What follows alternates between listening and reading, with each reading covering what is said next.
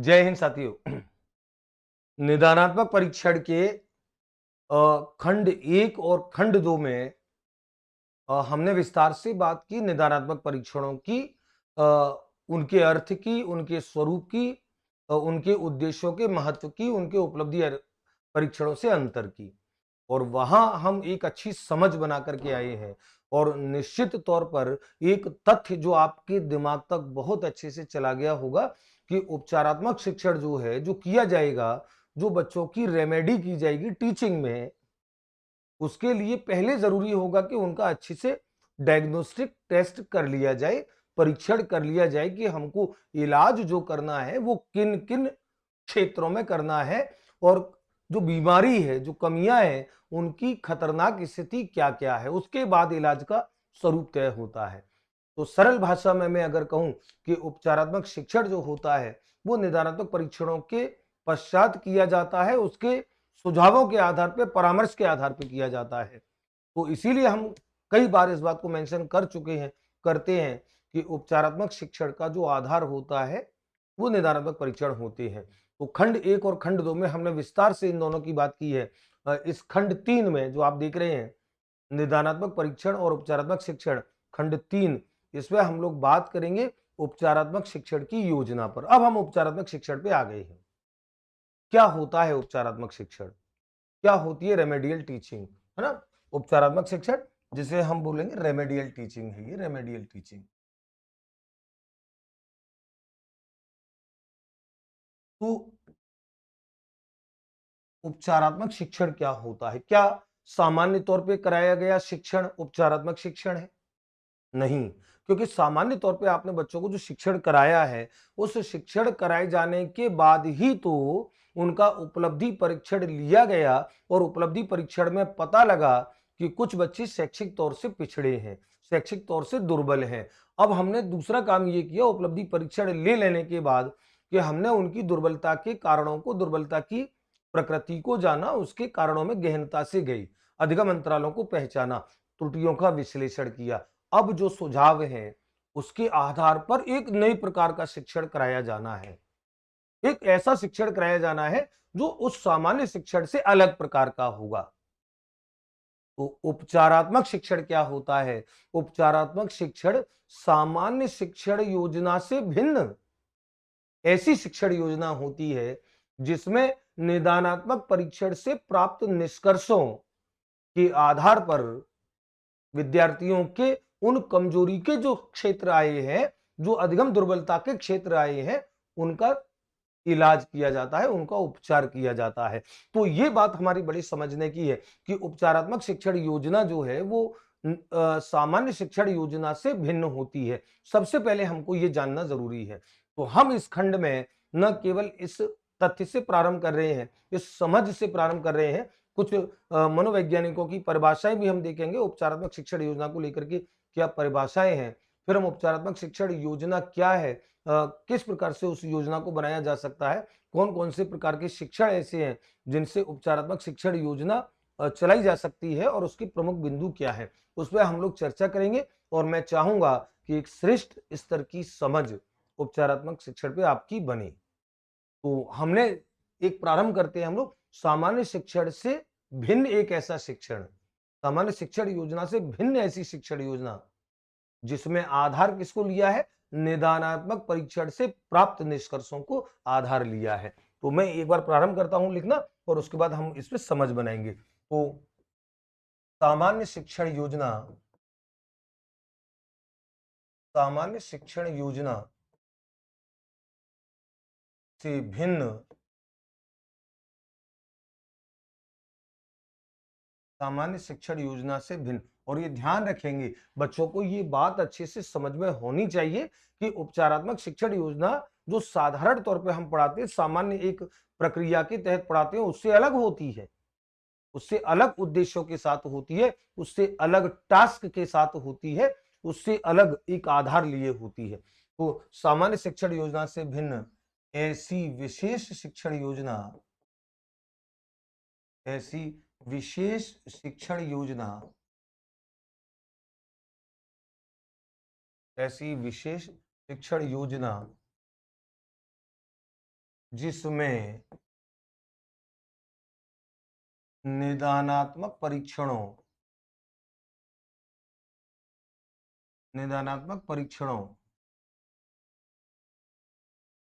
से प्राप्त निष्कर्षों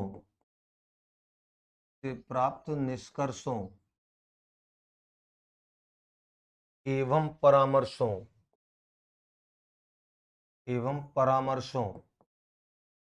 के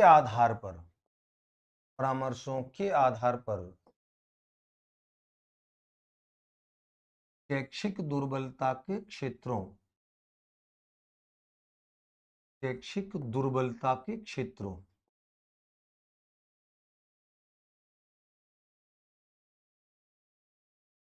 ये मैंने अंडरलाइन कर दिया है, क्योंकि उपचारात्मक शिक्षण योजना में काम ही केवल उन क्षेत्रों पे होगा।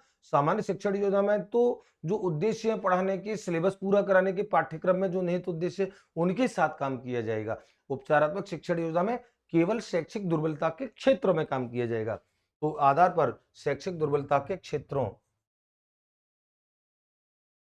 का उपचारात्मक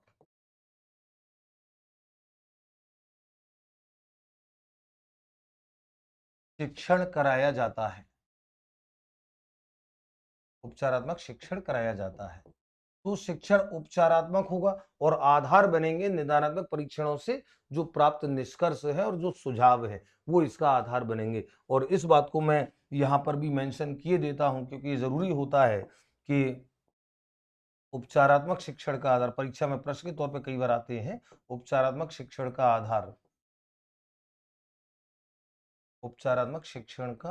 आधार जो होते हैं निदानात्मक परीक्षण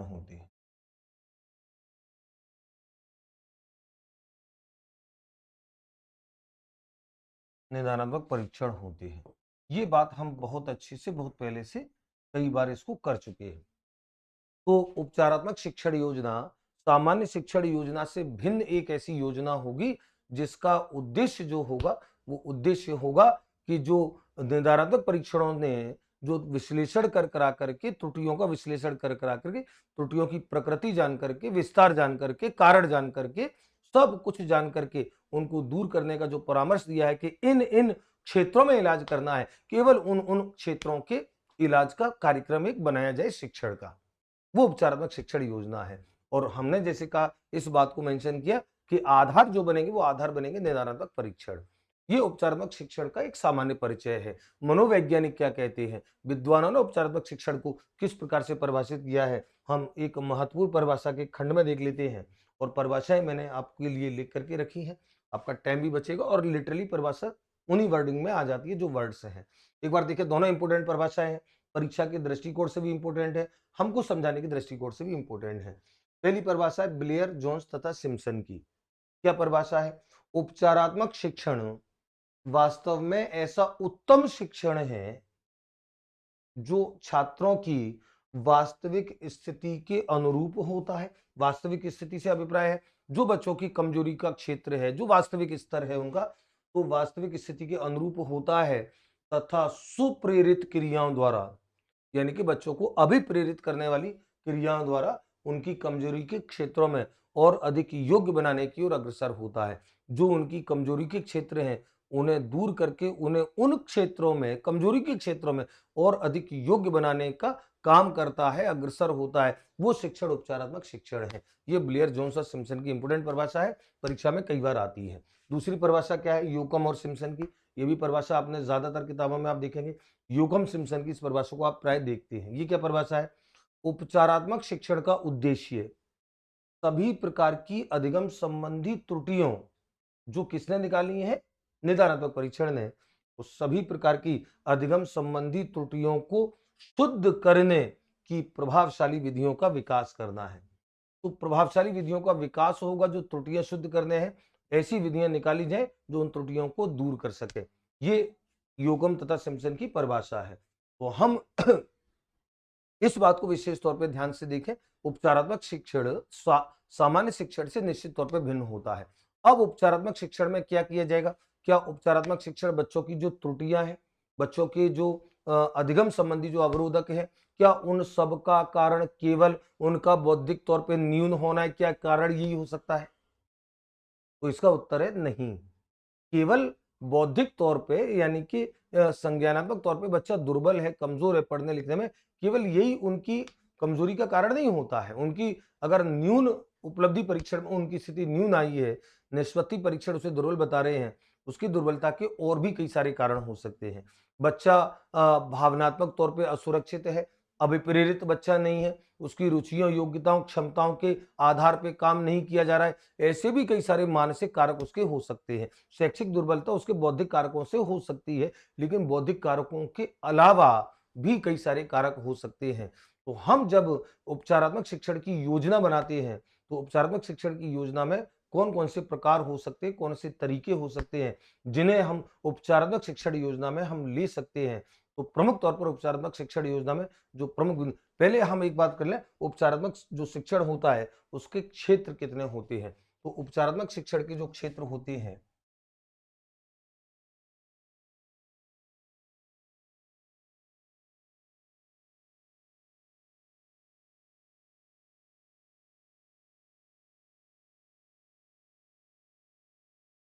उपचारात्मक शिक्षण के क्षेत्र और उपचारात्मक शिक्षण के क्षेत्रों से मेरा अभिप्राय क्या है? उपचारात्मक शिक्षण के क्षेत्रों से मेरा अर्थ है कि आप जब बच्चों के साथ निदानात्मक परीक्षण जब आप कर रहे थे, तो उन निदानात्मक परीक्षणों में बच्चों की जो कमजोरियां निकल करके आई, वो किन-किन क्षेत्रों से संबंधित हैं और जिन-जिन क्षेत्रों से संबंधित हैं, वहां पे आपको बच्चों के साथ काम करना है और काम करने के साथ उन क्षेत्रों के लिए आपको अलग-अलग प्रकार से योजना बनानी है। तो उपचारात्मक शिक्षण योजना के प्रमुख तौर पे जो क्षेत्र माने जाते हैं, वो प्रमुख तौर पे क्षेत्र होते हैं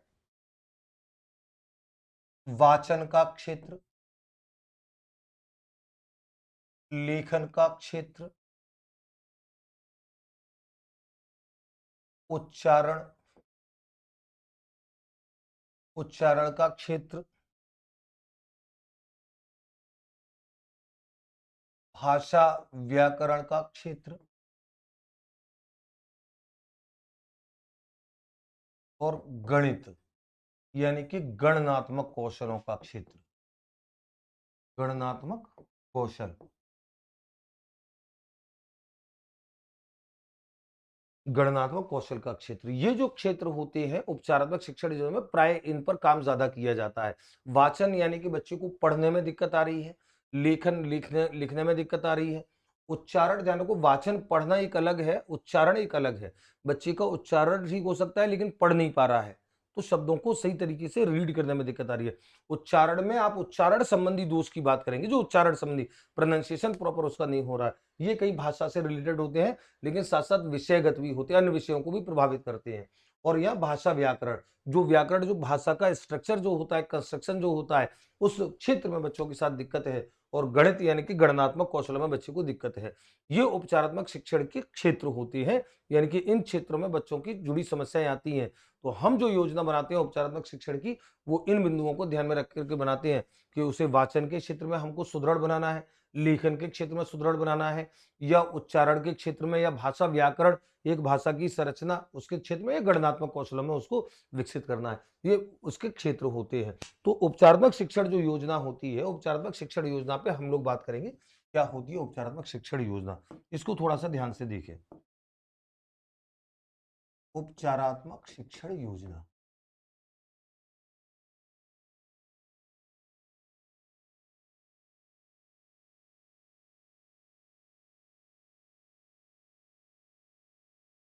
तो ऐसे विद्यार्थी जिनको हमने निदानात्मक परीक्षणों में ट्रेस कर लिया है कि इनके साथ ये कमियां हैं, इनके अधिगम के ये अंतराल हैं, ये लर्निंग गैप्स हैं, ये अधिगम के अवरोधक हैं, बैरियर है, लर्निंग बैरियर्स, लर्निंग गैप्स, ये दोनों मिलती जुलती शब्दावली लेकिन थोड़ा सा अंतर होता है।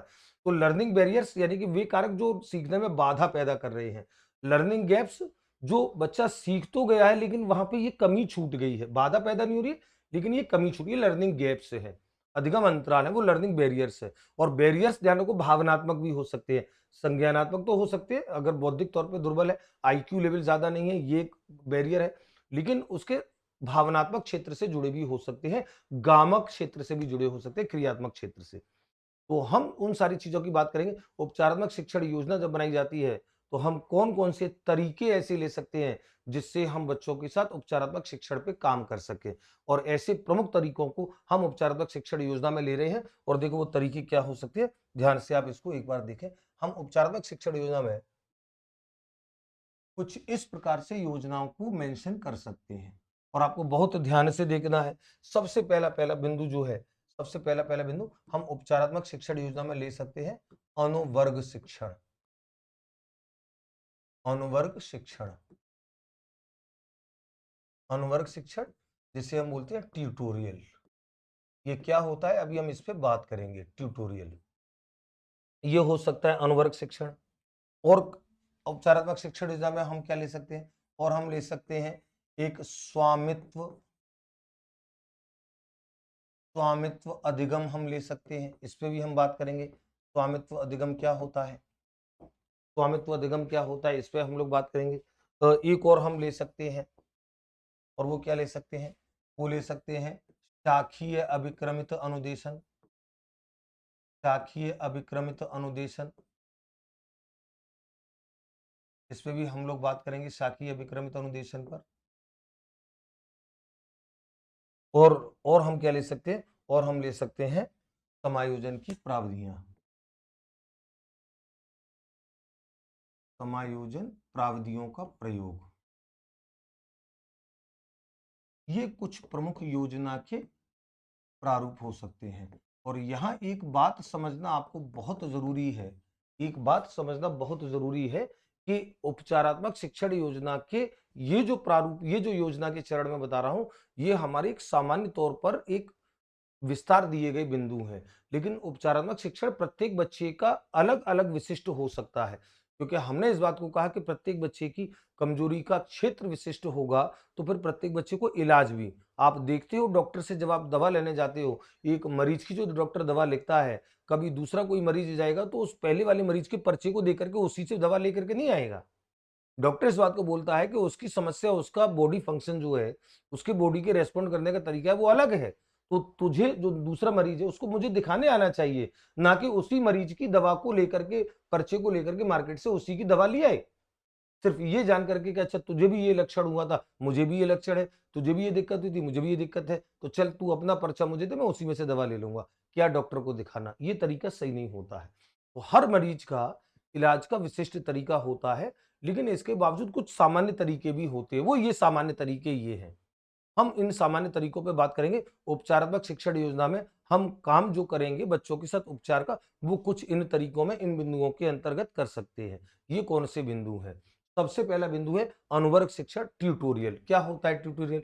ट्यूटोरियल होता है जब आप बच्चों के साथ कक्षा शिक्षण करते हो और आपको पता लगता है कि बच्चों के अंदर शैक्षिक दुर्बलताएं हैं, निदानात्मक परीक्षणों के माध्यम से वो सामने भी आ गई हैं। तो आप एक एक अनुवर्ग शिक्षण, एक प्राविधि होता है, एक तरीका होता है। इसमें आप क्या करते हो, इसमें बच्चों को आप छोटे छोटे समूह में बांट देते हो। छोटे छोटे समूह उनकी समस्याओं के आधार पर, चार पांच छह बच्चों का समूह होता है, और उन चार पांच छह बच्चों के साथ आप शिक्षण कराते हो। और ध्यान रखो इसमें, इस ट्यूटोरियल में, अनुवर्ग शिक्षण में बच्चों की वैयक्तिक भिन्नता के सिद्धांत को सबसे ज्यादा ध्यान में रखा जाता है।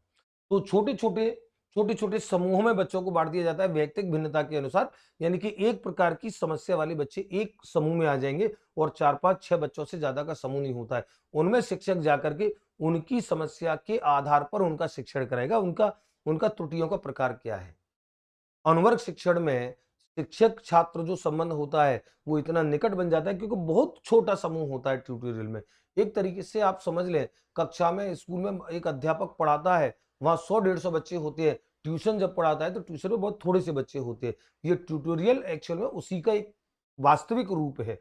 जो ट्यूशन अलग पढ़ रहे हैं, अब तो सामान्य तौर पर जो ट्यूशन क्लासेस चलती हैं वहीं सैकड़ों सैकड़ों बच्चे बैठ जाते हैं। ध्यान रखो, वो ट्यूशन का, ट्यूटोरियल का वास्तविक रूप नहीं है। अगर आप इस ट्यूटोरियल के रूप को देखें, अगर मान लो एक अध्यापक किसी व्यक्ति के घर में जाकर के, परिवार में जाकर के, वहां एक दो बच्चों को लेकर के, वहां उनकी व्यक्तिगत समस्याओं से, वो ट्यूटोरियल का एक वास्तविक प्रकार है। तो ट्यूटोरियल जो होता है अनुवर्ग शिक्षण, ये बहुत छोटे समूहों में बच्चों को वैयक्तिक भिन्नता के अनुसार विभाजित करके उन बच्चों के साथ शिक्षण कराना, उनकी कमियों पे काम करना, उनकी कमियों पे ध्यान दे करके काम कराना। तो इसमें जो शिक्षण चलेगा वो शिक्षण इस प्रकार से चलेगा। तो छोटे समूह होते हैं, कक्षा इस पर लिख देता हूं,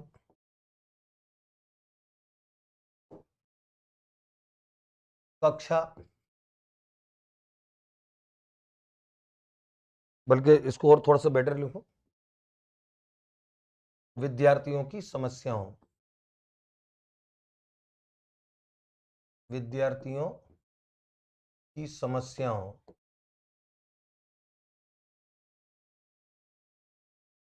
त्रुटियों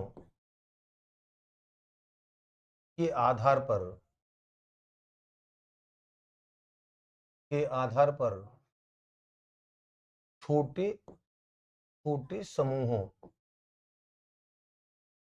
छोटे छोटे समूहों में शिक्षण, और छोटे छोटे समूह में शिक्षण, ध्यान रखो इसमें वैयक्तिक भिन्नता, वैयक्तिक भिन्नता का पालन होता है और शिक्षक छात्र संबंध, शिक्षक छात्र संबंध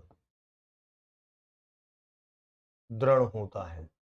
और इस शिक्षक छात्र संबंध के दृढ़ होने का एक बहुत बड़ा फायदा मिलता है बच्चों को। इसको वापस समझ लो, अनुवर्ग शिक्षण जो है, ट्यूटोरियल जो है, ये छोटे छोटे समूह में बांट करके वैयक्तिक भिन्नता के सिद्धांतों के अनुसार जो बच्चों की समस्याएं हैं, उन बच्चों की समस्याओं के अनुसार इसको हम समूह विभाजित करेंगे और उस समूह विभाजित करके उस समूह में बच्चों को पढ़ाएंगे। इसमें वैयक्तिक भिन्नता के सिद्धांत का पालन होगा और शिक्षक छात्र जो संबंध है वो सुदृढ़ बनेगा। इस सुदृढ़ बनने से बच्चे निसंकोच रूप से अपने अधिगम अवरोधकों को शिक्षक के साथ शेयर कर सकते हैं। तो ये जो होता है ट्यूटोरियल, ये उपचारात्मक शिक्षण योजना के अंतर्गत बड़ा प्रभावी होता है। दूसरा दूसरा क्या होता है? स्वामित्व अधिगम। और स्वामित्व अधिगम जो है, इसको ध्यान से देख लें आप लोग। स्वामित्व अधिगम, इसको मैं एक बार लाइन कर देता हूं। स्वामित्व अधिगम, स्वामित्व अधिगम जो है, इसका प्रतिपादन जो किया, वो प्रतिपादन बी.एस. ब्लूम ने किया, बी.एस. ब्लूम ने। और देखो, स्वामित्व अधिगम को समझ लो, आपने कहीं इसको पढ़ा हो, कोई शब्द अगर आया हो, स्वामित्व अधिगम ये होता है कि बच्चों के साथ इस एक उद्देश्य से काम किया जाता है। बी.एस. ब्लूम ने इसका प्रतिपादन किया, इस एक उद्देश्य से काम किया जाता है। यहाँ पर भी समूह ज्यादा बड़ा नहीं होता है, तो बच्चों के साथ पहले से ही अनुदेशन उद्देश्यों को निर्धारित कर लिया जाता है। जो पाठ्य वस्तु है उसे छोटी छोटी इकाइयों में विभाजित करके, छोटे छोटे टुकड़ों में विभाजित करके, और फिर प्रत्येक पाठ्य वस्तु का शिक्षण कराया जाता है। वहां भी समूह बड़ा नहीं होता है, लेकिन ये पहले से तय कर लिया जाता है। स्वामित्व जो नाम है कि इस विषय वस्तु को पढ़ाने के बाद कम से कम 80 से 85% स्तर तक बच्चा इसके प्रश्नों को हल कर सके, तो ये मान लिया जाता है कि बच्चे का विषय वस्तु पे स्वामित्व है। और 80% से 85% तक का लेवल बच्चा अचीव नहीं कर पाता है, तो फिर बच्चे के साथ पुनर्शिक्षण किया जाता है, उसका पुनर्बलन किया जाता है। और जब तक बच्चा उस विषय वस्तु पर स्वामित्व न रख ले, तब तक आगे का काम नहीं किया जाता है। तो प्रमुख बिंदु क्या है इससे जुड़े? एक तो विषय वस्तु को छोटी इकाइयों में विभक्त किया जाता है, विभक्त कर लिया जाता है। प्रत्येक इकाई में उपलब्धि स्तर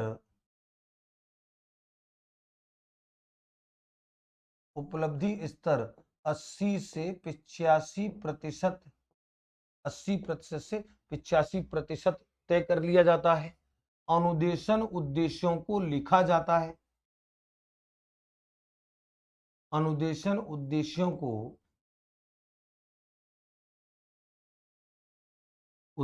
को लिखा जाता है। और और ध्यान रखो कि अगर इस 80% से 85% तक का लेवल बच्चा अचीव नहीं कर पा रहा, क्योंकि आपने छोटी इकाई बना ली है, पाठ्य वस्तु को आपने टुकड़ों में, अब आप उसे टुकड़े में बच्चे को पढ़ा रहे हैं। ये उपचारात्मक शिक्षण का एक बहुत अच्छा एक तरीका होता है। उस छोटे टुकड़े को पढ़ने में बच्चे को ज़्यादा दिक्कत नहीं पड़ेगी और आप उसके आधार पे बच्चे से जब अंत में पढ़ाने के बाद जब प्रश्न उत्तरी करोगे, वहाँ पे बच्चा प्रश्नों के उत्तर देने में 80 से 85% सफल हो जाता है। ये मान लिया जाता है कि स्वामित्व अधिगम हो गया है, बच्चे का उस विषय वस्तु पे स्वामित्व हो गया है। लेकिन इतना लेवल अचीव नहीं करता है, तो फिर एक काम किया जाता है, पुनर्बलन तथा पुनर्शिक्षण पुनर्शिक्षण, ये बच्चे के साथ काम किया जाता है। पुनर्बलन दिया जाएगा बच्चों को, रीइंफोर्समेंट, बच्चों के साथ उन्हें एक अभिप्रेरित करने वाली क्रियाएं दी जाएंगी और उसके बाद बच्चा निश्चित तौर पर पुनर्बलन और पुनर्शिक्षण के बाद बच्चा इस स्तर तक आने का प्रयास करता है। ये उपचारात्मक शिक्षण योजना में इसके साथ काम होता है।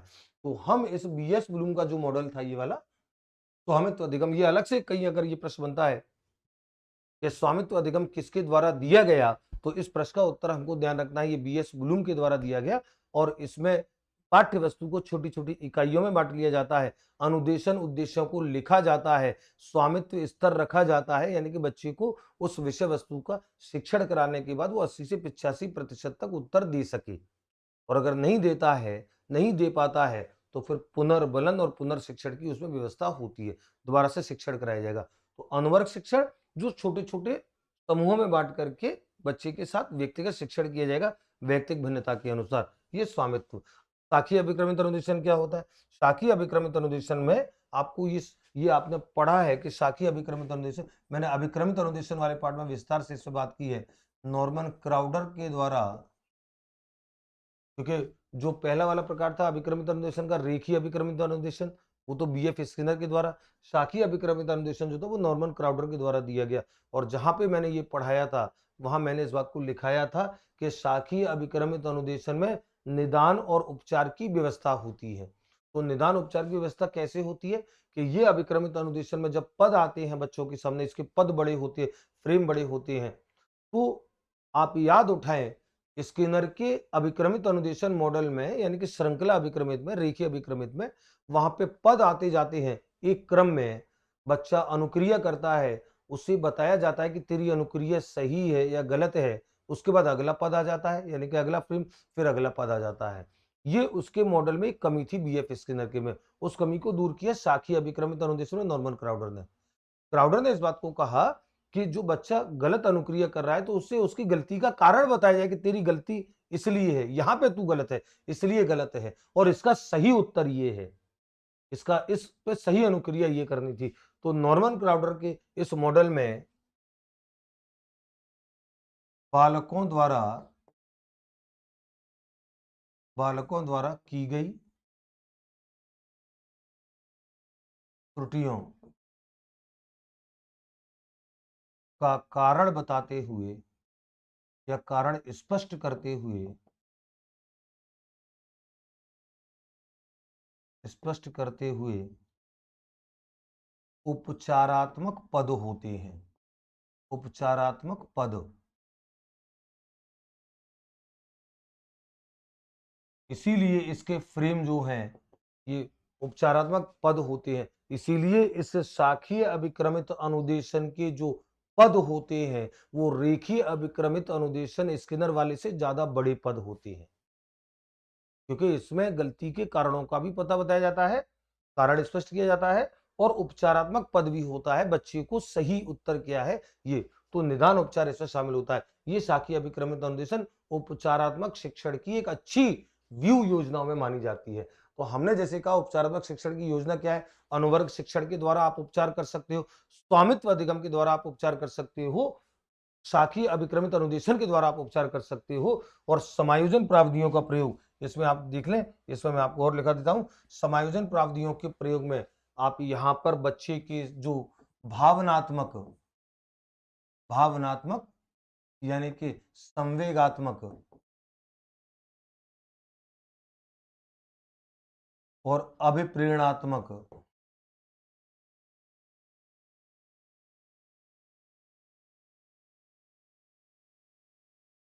समस्याओं को दूर किया जाता है।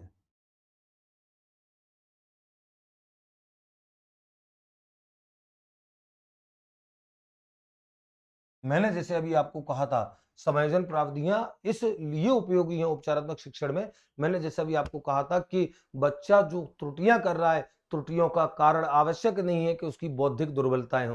त्रुटियों का कारण ऐसा बहुत सारी चीज हो सकती है जिसमें बच्चा कहीं भावनात्मक तौर पे, संवेगात्मक तौर पे स्थिर है, बच्चा कहीं डरा हुआ है, बच्चा कहीं असुरक्षित महसूस कर रहा है, बच्चा कहीं उस वातावरण के साथ अनुकूलन नहीं कर पा रहा है, समायोजन नहीं कर पा रहा है। ऐसे बहुत सारे, जबकि मानसिक तौर पे वो सुदृढ़ है, मजबूत है, कमजोर नहीं है, लेकिन उसका प्रदर्शन कमजोर है। उसमें बहुत सारे कारण उसके भावनात्मक, संवेगात्मक हो सकते हैं। वो कहीं असुरक्षित हो सकता है, उसे कहीं वातावरण के साथ अनुकूलन नहीं कर पा रहा है, अभिप्रेरणा उसके अंदर जागृत नहीं हो रही है, अंदर से मोटिवेट नहीं हो रहा है। मैंने तो अपने व्यक्तिगत अनुभव में ऐसे बहुत सारे हजारों बच्चे देखे हैं जो निश्चित तौर पर कहीं बड़े इंटेलिजेंट होते हैं, लेकिन अंदर से, उनके अंदर से वो आग निकल के नहीं आती बाहर की, जो उनको लक्ष्य की ओर धकेले। वो आग जिस दिन उनके अंदर पैदा हो जाए, बच्चे बहुत शानदार सफलता प्राप्त कर जाते हैं। तो ये एक बड़ा, तो ये समायोजन की जो प्राविधियां हैं, ये चौथा। तो हम बात कर रहे थे उपचारात्मक शिक्षण की योजना पे, आप एक बार वापस देख लें। उपचारात्मक शिक्षण योजना में हम कुछ इस प्रकार के तरीकों का प्रयोग कर सकते हैं। हम अनुवर्ग शिक्षण, ट्यूटोरियल टीचिंग कर सकते हैं।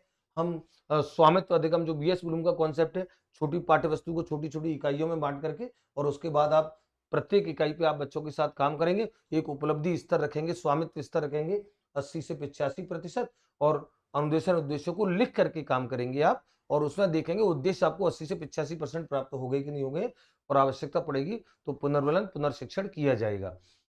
साखी अभिक्रमित अनुदेशन नॉर्मन क्राउडर के, जैसे मैंने आपको बताया, बालकों की कमजोरी के जो कारण है उसका भी स्पष्ट किया जाता है, और उपचारात्मक पद होते हैं, और समायोजन की प्राविधियों में ये उपचारात्मक शिक्षण की योजना में आप शामिल करते हैं।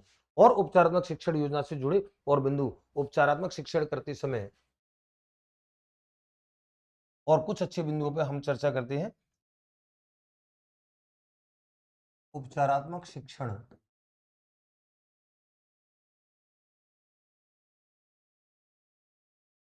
में निम्न बिंदुओं को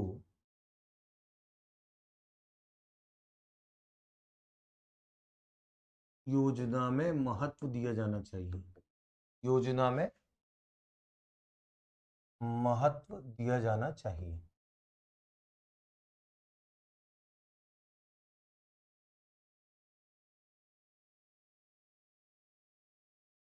कौन कौन से बिंदु ऐसे हो सकते हैं उपचारात्मक शिक्षण योजना में, हम किन किन बिंदुओं को शामिल करें? जो तरीके तो अनुवर्ग शिक्षण, स्वामित्व अधिगम हो गया, आपका शाखीय अभिक्रमित अनुदेशन हो गया, समायोजन की प्राविधियां, लेकिन उनसे जुड़े कुछ बिंदु उनको हम लागू कर रहे हैं।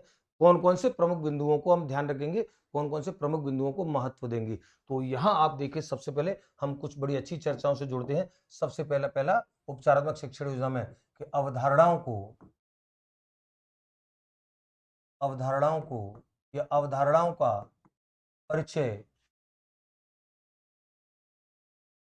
आगमनात्मक पद्धतियों आगमनात्मक पद्धतियों के माध्यम से,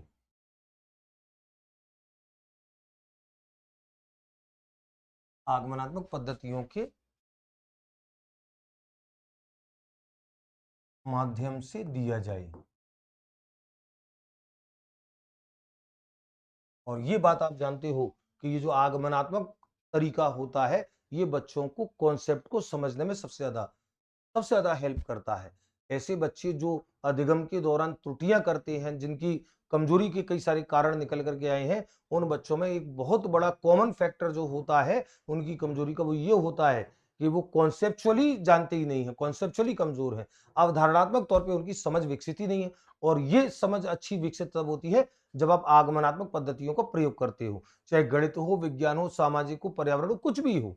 प्रत्येक जगह आपको कहीं अवधारणा को स्पष्ट करना है, और आगमनात्मक तरीके से करना है। आगमनात्मक तरीकों को आप उन्हें कई सारे अलग अलग प्रकार के एग्जाम्पल्स से जोड़े हैं, और अलग अलग प्रकार के एग्जाम्पल्स से जोड़ करके उनमें कुछ एक समान पैटर्न दिखाएं, और समान पैटर्न दिखा करके फिर बच्चे को किसी एक अवधारणा को स्पष्ट करें, तो बच्चा कॉन्सेप्ट को समझ जाता है। तो मैं कई बार आपसे बोलता हूं कि गणित और विज्ञान में ऐसे बहुत सारे बच्चे मैंने देखे हैं जो कहीं इस बात को तो कहते हैं कि सर सवाल तो हल कर लूंगा, लेकिन पर ये है क्या, ये आता नहीं है।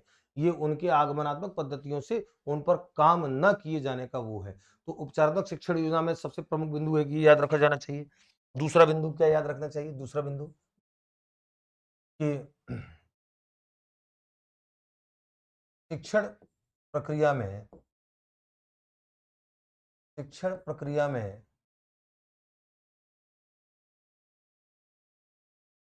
मूर्त शिक्षण पर अधिक बल दिया जाए, अधिक बल दिया जाना चाहिए। और मूर्त शिक्षण क्या होता है? अर्थात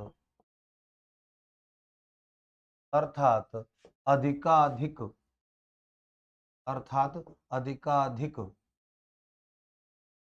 श्रव्य दृश्य सामग्रियों श्रव्य दृश्य सामग्रियों जैसे चित्र चार्ट मॉडल,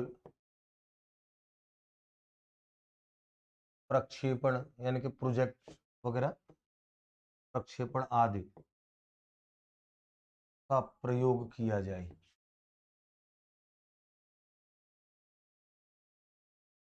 यह जाना चाहिए। और क्यों किया जाना चाहिए? ये अवधारणाओं पर अच्छी समझ विकसित करती हैं, अच्छी समझ विकसित करती हैं। तो शिक्षण विकसित करते, शिक्षण अधिगम प्रक्रिया में ऐसे तरीकों को शामिल किया जाए, ऐसे तरीके शिक्षण योजना में लिए जाए जिसमें मूर्त शिक्षण हो, मतलब बच्चे मूर्त अधिगम कर सके। और मूर्त अधिगम तब होगा जब आप अवधारणाओं से जुड़े अधिकाधिक श्रव्य दृश्य सामग्रियों का प्रयोग करेंगे। श्रव्य दृश्य सामग्रियां शिक्षण अधिगम सामग्री है। इस पे हमारा एक प्रत्यक्ष वीडियो है, दो वीडियो है शायद, मैंने विस्तार से 2 या 3 वीडियो मुझे याद है, तो अच्छे से वहां पे मैंने बताया है। और श्रव्य दृश्य सामग्रियों का उपयोग भी मैंने वहां बताया है कि शिक्षण अधिगम प्रक्रिया में उनका रोल क्या होता है। तो ध्यान रखो, उपचारात्मक शिक्षण योजना में ये बिंदु बड़ा प्रमुख होता है कि बच्चों को आप मूर्त अधिगम कराएं, बच्चे अवधारणाओं को मूर्त माध्यम से ज्यादा जाने। और इसके लिए आप चित्र चार्ट मॉडल प्रक्षेपण यानी कि प्रोजेक्शन ऐसी चीजों का प्रयोग करें। और निश्चित तौर पर ये उपचारात्मक शिक्षण में अत्यधिक महत्वपूर्ण भूमिका ये निभाते हैं।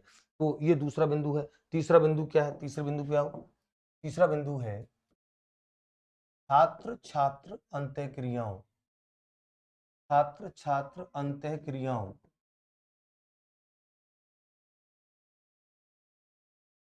जिसे मैं L2L, मेरे जो पुराने बच्चे हैं उनको मालूम है, मैंने लिखा है L2L इंटरेक्शन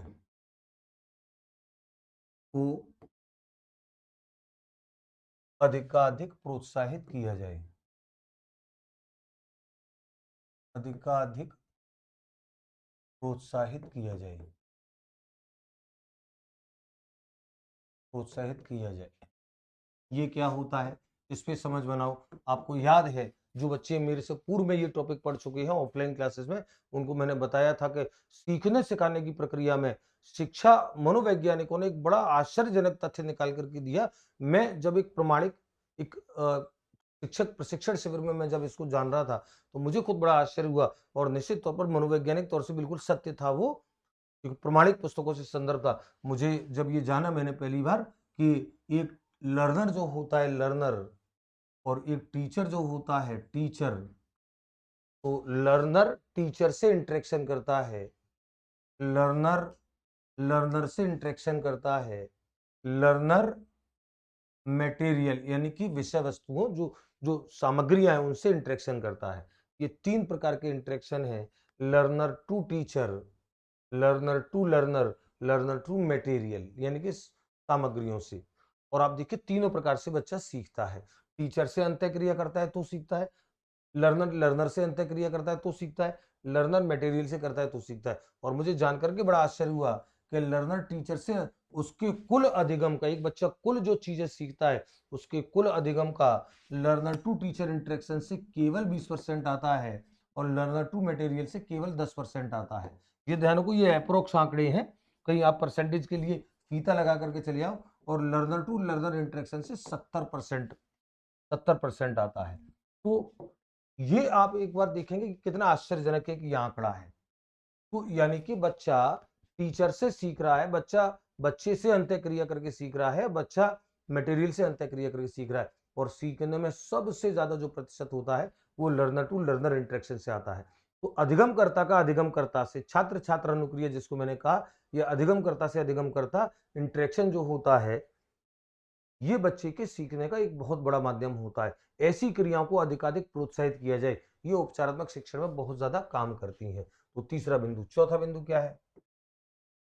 शैक्षिक रूप से दुर्बल विद्यार्थियों, शैक्षिक रूप से दुर्बल विद्यार्थियों, दुर्बल विद्यार्थियों को आगे की पंक्तियों, आगे की पंक्तियों में बिठाया जाना चाहिए, में बिठाया जाना चाहिए। यानी कि आप जो शैक्षिक तौर से दुर्बल बच्चे हैं, आप उन्हें आगे की पंक्तियों में बिठाएं, आगे की लाइन में। और ये बड़ा जरूरी होता है, क्योंकि आप देखिए स्वाभाविक तौर पर जो कमजोर बच्चे होते हैं वो या तो पीछे बैठना पसंद करते हैं, कहीं मध्य में। एक्चुअली में वो आगे की लाइनों में बैठ करके टीचर को फेस नहीं करना चाहते, क्योंकि उन्हें भी पता है कि ये जो अमरीश पुरी है, ये कोई बात होगी, कोई सवाल होगा तो तुरंत उन्हीं को खड़ा करेगा कि चल तू बता, चल तू बता। और वो कमजोर बच्चा होता है, वो फंस जाता है, वो शर्मिंदगी से बचना चाहता है।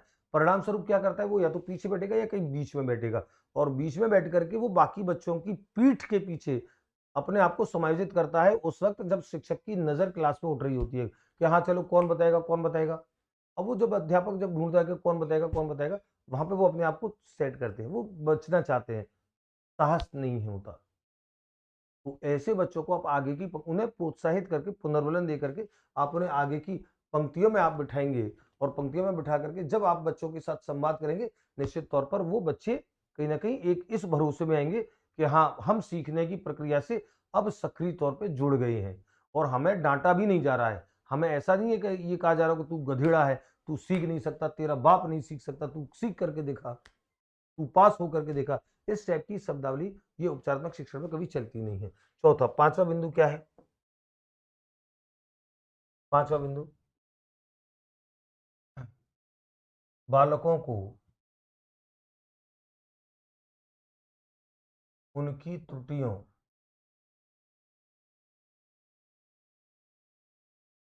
पर नहीं डांटा जाए, नहीं डांटा जाए। त्रुटियां जो होती हैं, ये हम एनसीएफ 2005 में, आपको याद है, मैंने आपको एनसीएफ 2005 का एक किसी खंड में उल्लेख किया था, मैंने कहा था एनसीएफ 2005 ने इस बात को कहा कि त्रुटियां अधिगम का आधार होती हैं। बच्चा तो आप गलती करने में बच्चे को डांटना नहीं है। त्रुटियां, त्रुटियों को अधिगम का आधार, त्रुटियों को अधिगम का आधार मानते हुए, अधिगम का आधार मानते हुए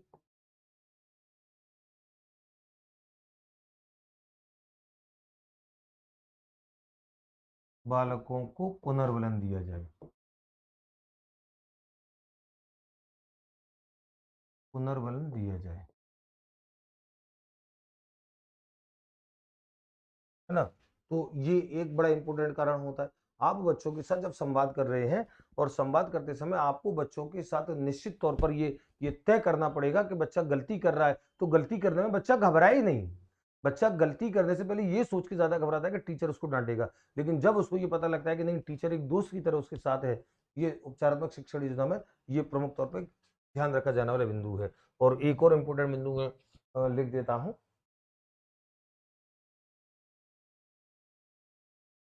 अ, बालकों को, ऐसे कर लिखते हैं, बालकों को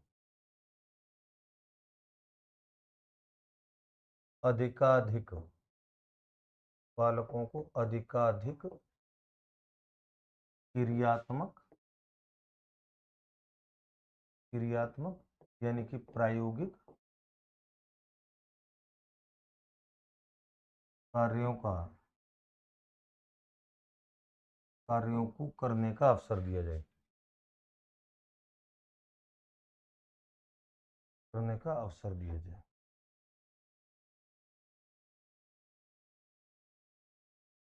और ये जो क्रियात्मक कार्य बच्चा करता है, यही होती है लर्निंग बाई डूइंग। और ध्यान रखो, लर्निंग बाई डूइंग जो होती है वो तुलनात्मक स्थायी होती है, अधिक समय तक चलती है, अधिगम स्थायी होता है। तो ये कुछ मैंने निचोड़ मैंने आपको बता दिया है कि उपचारात्मक शिक्षण योजना बनती है तो इन बिंदुओं को विशेष तौर पर ध्यान रखा जाए। और आप देखें, मैं एक बार चर्चा करता हूं कि हमने उपचारात्मक शिक्षण में किन किन बातों को लिखा, किन चीजों को हमने डिस्कस किया। ये उपचारात्मक शिक्षण योजना है, निदानात्मक परीक्षणों के बाद किया जाने वाला शिक्षण है, जिसमें आधार माना जाएगा निदानात्मक परीक्षणों के निष्कर्ष। और मैंने इसमें आपको उपचारात्मक शिक्षण योजना बहुत अच्छे से प्रेषित करने का प्रयास किया है। उपचारात्मक शिक्षण योजना को एक बार वापस रिमाइंड करो। उपचारात्मक शिक्षण योजना जो होती है वो सामान्य शिक्षण से भिन्न एक ऐसा शिक्षण होता है जिसमें ध्यान रखा जाता है निदानात्मक परीक्षणों से प्राप्त निष्कर्षों को, निदानात्मक परीक्षणों से प्राप्त सुझावों को, उसके आधार पर विशेष शिक्षण की जो योजना बनाई जाती है उसे हम कहते हैं उपचारात्मक शिक्षण योजना। और इसीलिए हमने लिखा कि उपचारात्मक शिक्षण योजना का जो आधार होगा वो निदानात्मक परीक्षण होते हैं। तो ये हमने लिखा। और फिर हमने ये परिभाषा देखी, दो इंपोर्टेंट परिभाषा थी, ब्लेयर जोन्स और सिम्पसन की परिभाषा थी, और यूकम और सिम्पसन की परिभाषा है। और इन दोनों परिभाषाओं में आपने देखा कि उपचारात्मक शिक्षण को उसी तरीके से केंद्रित किया गया कि जो कमियां निकल करके आई हैं, बच्चों की जो वास्तविक स्थितियां निकल करके आई हैं, जो कमजोरी के क्षेत्र निकल करके आए हैं, और उस पे काम करना है। तो ये परिभाषा आप दोनों याद रखेंगे, इस पे हमने बात की। फिर अगली इंपॉर्टेंट महत्वपूर्ण हमने बात की कि जो उपचारात्मक शिक्षण के क्षेत्र होते हैं वो ये 5 क्षेत्र होते हैं प्रमुख तौर पर: वाचन, लेखन, उच्चारण, भाषा, व्याकरण और गणनात्मक कौशल यानी कि गणित। बच्चे को यहाँ इन क्षेत्रों में उपचार की ज्यादा जरूरत पड़ती है। ये उपचारात्मक शिक्षण के क्षेत्र होते हैं। फिर हमने जो मोस्ट इंपोर्टेंट खंड देखा वो देखा उपचारात्मक शिक्षण योजना कैसे बना सकते हैं, किन तरीकों को काम में ले सकते हैं। और वो तरीके हमने देखा कि हम अनुवर्ग शिक्षण को काम में ले सकते हैं, ट्यूटोरियल को, जिसमें छोटे छोटे समूहों में बच्चों के साथ वैयक्तिक भिन्नता के अनुसार काम किया जाता है। उनके साथ व्यवहारिक तौर पे, स्वाभाविक तौर पे, एक सहज तौर पे जुड़ करके काम किया जाता है, जहाँ शिक्षक छात्र रिलेशनशिप जो होती है वो बड़ी मजबूत हो जाती है, बच्चा आराम से सीख सकता है। तो छोटे समूहों में बच्चों को त्रुटियों के आधार पे उनका शिक्षण कराया जाएगा, ये अनुवर्ग शिक्षण यानी कि ट्यूटोरियल होता है। दूसरा इंपोर्टेंट था स्वामित्व अधिगम। स्वामित्व अधिगम जो बीएस ब्लूम के द्वारा प्रतिपादित था, और इसमें ये प्रयास किया जाता है कि बच्चे का विषय वस्तु पे स्वामित्व हो, और स्वामित्व हो इसके लिए विषय वस्तु को छोटे छोटे खंडों में बांटा जाता है। उन छोटे छोटे खंडों में बच्चे का स्वामित्व स्तर जो है वो तय कराया जाएगा। आपने अनुदेशन उद्देश्यों को लिख लिया है, फिर आप बच्चों को पढ़ा रहे हैं और आपने तय कर लिया कि 80 से 85% तक बच्चा लेवल अचीव करे। अगर नहीं कर पा रहा है तो आप उसके पुनर्वलन पुनर्शिक्षण का आप काम करते हो। तो ये स्वामित्व अधिगम जो योजना होती है बीएस ब्लूम द्वारा प्रतिपादित, ये एक तरीका होता है उपचारात्मक शिक्षण योजना में। एक हमने बात की शाखीय अभिक्रमित अनुदेशन नॉर्मन क्राउडर का। इसमें बच्चे के साथ जो अनुक्रिया कराई जाती है, बच्चे की अगर अनुक्रिया गलत हो तो उसे गलत के कारणों का भी पता बताया जाता है, स्पष्ट किया जाता है गलत के कारणों को, और जो सही अनुक्रिया है वो उसे बताई जाती है, यानी कि जिसे उपचारात्मक पद कहेंगे। ये अभिक्रमित अनुदेशन के इस प्रकार का साखी का एक गुण था, नॉर्मन क्राउडर के द्वारा प्रतिपादित। और हमने कहा समायोजन प्राविधियों का प्रयोग, और समायोजन प्राविधियां बच्चे को मुख्य धारा में लाने का काम करेंगी। उनके भावनात्मक संवेगात्मक कारण जो है, ऐसा कोई भी कारण जो बच्चे के सीखने में कहीं बाधक बना हुआ है, भावनात्मक कारण, हम बौद्धिक दुर्बलता की बात नहीं कर रहे हैं, भावनात्मक कोई कारण है, उन सबको जानना और बच्चे के साथ उस समायोजन को कराना, उस प्रावधि का उस तरीके का प्रयोग करना जिससे बच्चा समायोजन कर सके। तो ये जो 4 तरीके उपचारात्मक शिक्षण योजना से हमने इसको जोड़ा है। और उसके बाद उपचारात्मक शिक्षण योजना में कौन-कौन से बिंदु ध्यान रखे जाएँ, इस पे हमने बात की। और ध्यान रखने में जो प्रमुख बिंदु हैं कि जो अवधारणाएँ हैं, उन अवधारणाओं का परिचय आगमनात्मक पद्धतियों से दिया जाए। शिक्षण अधिगम प्रक्रिया में जो मूर्त सामग्रियां हैं, मूर्त सामग्रियों का प्रयोग करके बच्चों को शिक्षण कराया जाए। श्रव्य दृश्य सामग्रियां जिसको हमने कहा, और बच्चा चित्र, चार्ट, मॉडल, प्रोजेक्टर, इनके प्रयोग से बच्चा जो सीखेगा तो उसे प्रत्यक्ष अनुभूति के साथ, मूर्त अनुभव के साथ सीखेगा, फलस्वरूप ज्ञान स्थायी होगा और समझ उसकी अच्छी विकसित होगी। अगला हमने देखा, बड़ा इंपॉर्टेंट था एल टू एल इंटरेक्शन, छात्र छात्र अनुक्रिया। ये करने के पर्याप्त बच्चों को अवसर दिए जाए। बच्चे यहाँ से बहुत ज्यादा सीखता है, यहाँ से अपनी कई सारी कमियों को दूर कर लेता है। कई सारे इलाज तो बच्चों से बात करके हो जाते हैं। तो एल टू एल इंटरेक्शन को दिया जाए। शैक्षिक रूप से जो दुर्बल विद्यार्थी हैं, उनको आगे की पंक्तियों में बिठाया जाए, ये एक बिंदु है। और बालकों की जो त्रुटियाँ हैं, उन त्रुटियों पे उनको डाँटा ना जाए, बल्कि वो अधिगम का आधार मानते हुए बच्चों को पुनर्बलन दिया जाए। और लास्ट हमने कहा कि बालकों को अधिकाधिक तौर पे जो क्रियात्मक कार्य हैं, प्रायोगिक कार्य हैं, जब बच्चा लर्निंग बाय डूइंग कर सकता है, वो बच्चे के साथ काम किया जाए। ये बच्चों उपचारात्मक शिक्षण योजना के चरण हैं और उपचारात्मक शिक्षण योजना है। और मैंने जैसे आपको कहा था कि निदानात्मक परीक्षण, उपचारात्मक शिक्षण, ये 2-3 वीडियो में जाएगी, ये 3 वीडियो में आई है और इन तीनों वीडियो को आप एक साथ देखेंगे, निश्चित तौर पर मैं आपको आश्वासन देता हूं कि इतनी ज्यादा अच्छी समझ निदानात्मक परीक्षण और उपचारात्मक शिक्षण पर आपकी शायद कहीं नहीं बनेगी। विस्तार से हमने बात करने का प्रयास किया है, कुछ एग्जाम्पल के माध्यम से, सरल तरीके से, सहज तरीके से मैंने आपको समझाने का प्रयास किया है। तो इन वीडियोस को आप देखें एक क्रम में, आपका एक खंड आपका पूरा होता है। निदानात्मक परीक्षण, उपचारात्मक शिक्षण पार्ट 3 है ये। इससे पहले पार्ट 2 और उससे पहले पार्ट 1, तीनों मिला करके देखेंगे, आपका संपूर्ण टॉपिक आपका क्लियर होगा। तो सिलेबस के और खंड पे हम लोग मुलाकात करते हैं, बात करते हैं, विस्तार से हम उन पे बात करेंगे। तब तक के लिए धन्यवाद साथियों।